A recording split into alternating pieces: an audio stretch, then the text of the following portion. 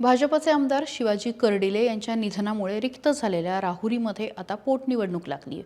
मात्र अर्ज भरण्याचा आज शेवटचा दिवस असताना अनेक राजकीय घडामोडी घडल्यात आणि मुख्य प्रतिस्पर्धी म्हणून जे उभे राहणार होते त्या प्राजक्त तनपुरेंनी ऐनवेळी अर्ज भरलाच नाही।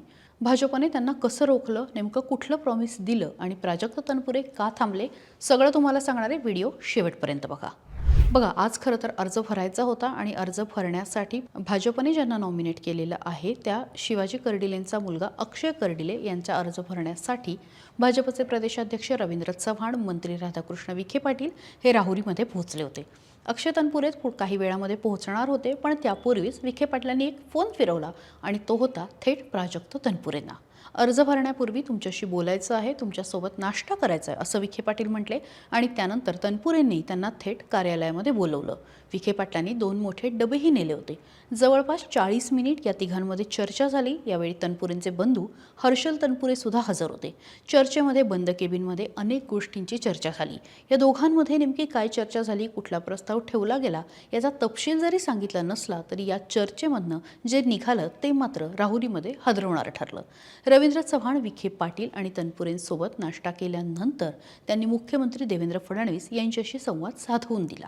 आता यामध्ये मुख्यमंत्र्यांसोबत तनपुरे नेमकं काय बोलले तर तनपुरेंनी काही मागण्या, काही प्रस्ताव त्यांच्या समोर ठेवल्याचा तपशील आता समोर आलेला आहे। 5000 क्षेत्र, 5000 हेक्टर एवढं क्षेत्र हे केके रेंजमध्ये जाणार आहे राहुरीचं, त्यामुळे लष्कराला हे क्षेत्र जाणार आहे तर ते जाऊ नये ही पहिली अट होती। त्यासोबतच अत्यल्प प्रतिनिधित्व हे राहुरीला विधानसभेमध्ये मिळालेलं आहे, त्यामुळे ते मिळावं, त्यासोबतच निधी मिळावा, बस स्थानकाचं काम मार्गी लागावं, नगर परिषदेला सुद्धा चांगला निधी मिळावा अशा त्यांच्या मागण्या होत्या आणि म्हणून मला लढायचं आहे, कार्यकर्त्यांची इच्छा आहे असं तनपुरे यांनी फडणवीसांना सांगितलं। त्यावरती फडणवीसांनी त्यांना सांगितलं की अक्षयची वडिलांनंतरची पहिली निवडणूक आहे, तुम्ही मदत करा, तुमच्या सगळ्या मागण्या मी मान्य करतो। आणि त्यानंतर मात्र तनपुरे थांबले। तनपुरे बाहेर आले, कार्यकर्त्यांना म्हणाले की मला आता ऐकावं लागेल, काही मोठ्या माणसांचे फोन आलेत। त्यावेळी त्यांनी थेट फडणवीस हे नाव घेतलं नाही, मात्र आता आपल्याला विचार करावा लागेल, विचार बदलावा लागेल असं म्हटले आणि काही वेळामध्ये अर्ज भरणार नसल्याचं त्यांनी स्पष्ट केलं। हे सगळं एका बाजूला चालू होतं, भाजप कुठेतरी तनपुरेंना थांबवण्याचा प्रयत्न करत होतं, तर दुसरीकडे राष्ट्रवादीने ऐनवेळी खेळी खेळली। हे सगळं सुरू असताना राष्ट्रवादीने बातमी फोडली, ती म्हणजे आम्ही 2 एबी फॉर्म दिलेत। पक्षाचा तनपुरेंवर विश्वास नाही हे राष्ट्रवादीने एक प्रकारे स्पष्ट करून तनपुरेंनाच आरोपीच्या कटघऱ्यामध्ये उभं करून टाकलं। तनपुरेंनी राष्ट्रवादीमध्ये संपर्क केला नव्हता, ते फारसे संपर्कात नव्हते, त्यांच्या डोक्यामध्ये अपक्ष लढणंच होतं, त्यामुळे पवारांनी मोकाट्यांचं प्रोफाईल मागवलं होतं ही बातमी सुद्धा राष्ट्रवादीने आउट करून टाकली आणि त्यामुळे तनपुरेच काहीसे कानकोंडे झाले। खरं तर गोविंद मोकाटे नेमके कोण आहे, ज्यांना राष्ट्रवादीने उमेदवारी दिली आहे हे सुद्धा मी तुम्हाला सांगणार आहे। गोविंद मोकाटे यांच्याबद्दल आपण बोलणारच आहोत, पण आता त्यांची उमेदवारी ही महाविकास आघाडीची उमेदवारी मानावी लागेल। मोकाटे हे राष्ट्रवादीच्या जवळ होते, मात्र काही काळाने ठाकरे आणि काँग्रेसकडे सुद्धा गेले, कारण त्यांना फिल्डिंग लावायची होती। 2012 मध्ये पंचायत समितीमध्ये निवडून आले होते आणि गट होता जेऊरचं ते माजी सदस्य आहेत। त्यासोबत त्यांची मुलगी भाग्यश्री कोकाटे या सुद्धा झडपीच्या माजी सदस्य आहेत आणि हा गट हा कायमच निर्णायक मानला गेलेला होता। वादग्रस्त गट आहे, अवघड गट आहे, मात्र 35,000 मतदान तिथे आहे, त्यामुळे नाही म्हटलं तरी अक्षय कर्डिलेंची धावपळ ही मोकाटेंच्या उमेदवारीने उडेल हे स्पष्ट आहे। आता तनपुरेंचं नेमकं गणित काय आहे हे स्पष्ट होणं गरजेचं आहे। त्यांना विधान परिषद मिळणार आहे, त्यांना अजून काय मिळणार आहे हा सुद्धा खरं तर मुद्दा आहे। तनपुरेंचं जर राजकीय भवितव्य बघायचं झालं तर खरं तर त्यांना अजित पवारांसोबत राष्ट्रवादी फुटल्यानंतर जायचं होतं असं बोललं जातं। इतकंच नाही तर त्यांचा कारखाना जिंकल्यानंतर त्यांनी शेतकरी मेळावा हा अजित पवारांच्या उपस्थितीमध्ये घेतला होता आणि त्यावेळी अजित पवार हे त्यांच्या घरी सुद्धा गेले होते, त्यामुळे फुटीनंतर आणि नंतर सुद्धा दादांकडे तनपुरेंचा कल होता। मात्र महाविकास आघाडीने त्यांना मंत्रिपद दिलं होतं। जयंत पाटील हे त्यांचे मामा आहेत, हा सगळा विचार करून आणि नाही म्हटलं तरी एका दबावामध्ये ते शरद पवारांसोबत होते असं सुद्धा बोललं गेलं। अजित पवारांच्या निधनानंतर मात्र या सगळ्याच भूमिका बदलल्या।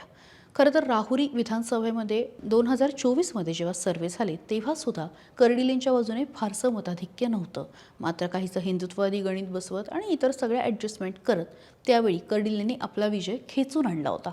हिंदुत्ववादी भूमिका ही आपल्याला उपयोगी ठरू शकते हे तनपुरेंनी सुद्धा ओळखलं आणि मागच्या काही महिन्यापासून गळ्यामध्ये केशरी पट्टा घालायला, केशरी उपरण घालायला सुरुवात केली।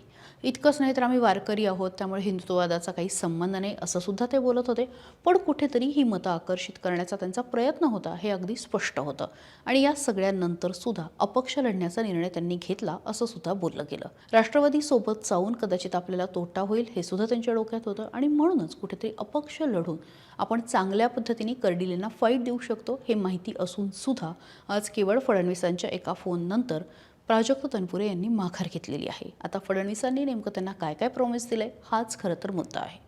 पण या सगळ्यामध्ये सर्वाधिक गोची झाली आहे ती जयंत पाटील यांची. तुम्हाला जर आठवत असेल तर नाशिक पदवीधरमध्ये सत्यजित तांबे यांच्या पवित्र्यानंतर बाळासाहेब थोरात हे त्यांचे मामा असताना त्यांची जशी गोची झाली तसंच काहीसं जयंत पाटलांच्या बाबतीत आहे. पक्ष तिकीट द्यायला तयार होता, जयंत पाटलांसारखा ज्येष्ठ नेता पाठीमागे उभं होता, पण तनपुरेंनी मात्र फडणवीसांच्या फोनवरती माघार घेतली आहे. त्यामुळे जयंत पाटलांची पक्षामध्ये काहीशी गोची झाली आहे हे तर स्पष्ट आहे. वर या सगळ्यामध्ये काँग्रेसने सुद्धा तिथे तयारी केली होती, ठाकरे सुद्धा तयारीत होते. उद्या जर राष्ट्रवादीसोबत काही दगाफटका झाला किंवा ऐनवेळी जर एबी फॉर्मच त्यांनी मागे घेतला, उमेदवारी मागे घेतली, तर असं नको की महाविकास आघाडीचा उमेदवारच नाही म्हणून काँग्रेसने सुद्धा तिथे तयारी केलेली होती. आता तनपुरेंनी माघार घेतलेली आहे, मात्र त्यांना नक्की काय मिळणार आहे, त्यांची ही माघार त्यांना राजकीयदृष्ट्या उपयोगी पडेल की राजकीय आत्महत्या ठरेल हाच खरं तर मुद्दा आहे. सर्वे काहीसा तनपुरेंच्या बाजूने होता, विशेषतः ते अपक्ष लढले तर त्यांना फायदा स्पष्ट दिसत होता आणि अक्षय कर्डिले काहीसे धोक्यात सुद्धा होते. कार्यकर्ते सुद्धा तनपुरेंचे तयार होते, मात्र असं असताना सुद्धा त्यांनी माघार नाही घेतली तर त्यांनी अर्जच नाही भरला. त्यामुळे त्यांच्या या चालीचा त्यांना किती राजकीय फायदा होणार आहे हा खरं तर मुद्दा आहे.